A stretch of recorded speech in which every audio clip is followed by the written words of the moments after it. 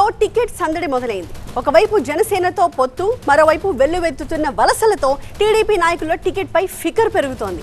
Ticket పై clarity ఇవ్వాలంటూ ఉండవల్లిలో అధినేత చంద్రబాబుని కలిశారు టీడీపీ సీనియర్లు. పొత్తులు, చేరికల గురించి టెన్షన్ పడొద్దు అంటూ నేతలకు సూచించారు చంద్రబాబు. ఇన్నాళ్లు పార్టీ కోసం కష్టపడ్డ వాళ్ళకి తగిన ప్రాధాన్యం తప్పక ఉంటుందని హామీ ఇచ్చారు. అందరికీ న్యాయం జరుగుతుందని, అనవసర ఆలోచనలు లేకుండా ఎన్నికల మూడ్లోకి వచ్చేయాలంటూ దిశానిర్దేశం చేసినట్టు తెలుస్తోంది. మరోవైపు టీడీపీ అభ్యర్థుల ఎంపిక ప్రక్రియని హైకమాండ్ స్పీడప్ చేసింది. జనసేనతో పొత్తు ఉన్న స్థానాలు మినహా మిగిలిన చోట్ల త్వరలోనే అభ్యర్థుల్ని ప్రకటించే అవకాశం ఉందని తెలుస్తోంది. మా ప్రతినిధి వసంత్ లైవ్ లో తాజా సమాచారం అందిస్తారు. వసంత్, సో రెండు విషయాలు, ఒకటి టీడీపీ సీనియర్లు చంద్రబాబుతో భేటీ తర్వాత కాస్త శాంతించారా, వాళ్ళ కొంచెం కాన్ఫిడెన్స్ వచ్చిందా? రెండోది, టీడీపీ ఫస్ట్ లిస్ట్ ఎప్పుడు వచ్చే ఛాన్స్ ఉంది?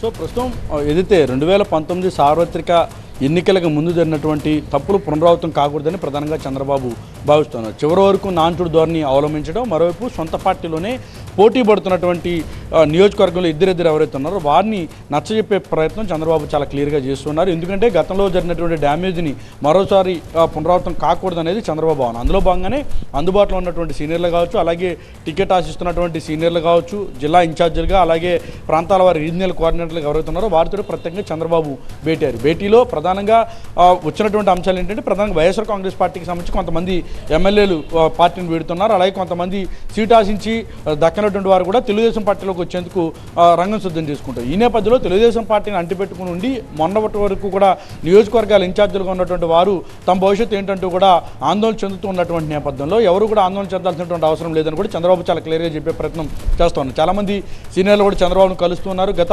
4-5 రోజుల నుంచి కూడా ఈ వివాదానికి పుల్ స్టాప్ పట్టాలని చంద్రబాబును కోరుతున్నటువంటి నేపథ్యంలో ఈ రోజు నిన్న 2 రోజుల నుంచి కూడా ప్రత్యేకంగా వీటిపైన ప్రత్యేకంగా ఫోకస్ పెట్టినట్టుగా తెలుస్తుంది. అందులో భాగంగానే ఎవరెవరైతే సీట్ ఆశిస్తున్నటువంటి వారు ఉంటారో వాటిలో ప్రధానంగా జనసేన పోటీ చేసేటటువంటి స్థానాలు మినహాయించి మిగిలినటువంటి అన్ని స్థానాలపైన కూడా ప్రత్యేకంగా ఫోకస్ పెట్టారు. ముఖ్యంగా గ్రూపు వివాదాలకు అలాగే విభేదాలకు చెక్ పెట్టాలని కూడా చెప్తున్నారు. ఎవరైతే పార్టీని అంటిపెట్టుకుని మొదటి నుంచి ఉన్నారో అలాగే సీనియర్లుగా ఉన్నటువంటి వారు ఉన్నారో వారికి అన్యాయం చేసేటటువంటి అవకాశం లేదు అని కూడా చాలా క్లియర్గా చంద్రబాబు పార్టీ నేతలు చెప్పినట్టుగా తెలుస్తోంది. మరోవైపు వైఎస్ఆర్ కాంగ్రెస్ పార్టీ నుంచి తెలుగుదేశం పార్టీలోకి ఎవరైతే వస్తున్నారో వారి విషయంలో కూడా ఖచ్చితంగా ఆచితూచి అడుగులు వేస్తాను, ఆలోచించే నిర్ణయం తీసుకుంటాను తప్ప సీనియర్లు ఎవరో ఆందోళన చెందాల్సినటువంటి అవసరం లేదని కూడా చంద్రబాబు చాలా క్లియర్గా పార్టీ నేతలుగా చెప్తున్నారు. 56 రోజులు మాత్రమే ఎన్నికలకి సమయం ఉన్నటువంటి నేపథ్యంలో గతంలో ఆన్ ది స్పాట్ డెసిషన్ తీసుకోని కారణంగానే తీరణ లోటు తెలుగుదేశం పార్టీకి జరిగింది. కాబట్టి అటువంటి పరిస్థితులు రిపీట్ కాకూడదని భావనలో ఉన్న చంద్రబాబు ప్రస్తుతం ఆ పార్టీలో ఉన్నటువంటి సీనియర్ల మొత్తానికి కూడా నచ్చజెప్పే ప్రయత్నం చేస్తున్నారు. టికెట్ గురించి కానీ పోటీ చేసే స్థానాలకు సంబంధించినటువంటి అంశాలు కూడా ఎవరు ఆందోళన చెందాల్సినటువంటి అవసరం లేదంటూ కూడా భరోసా ఇచ్చే ప్రయత్నం అయితే చేస్తున్నారు. త్వరలోనే అభ్యర్థులకు సంబంధించినటువంటి ప్రక్రియ కూడా పూర్తవుతుంది కాబట్టి ఎంపీకి సంబంధించి ఆ లిస్టు కూడా అనౌన్స్ చేసే అవకాశం ఉంది. కాబట్టి అప్పటి వరకు సీనియర్లతో కూడా కలిసి పనిచేయాలి, ప్రజల్లోకి వెళ్ళాలంటూ కూడా చంద్రబాబు సూచిస్తా ఉన్నారు.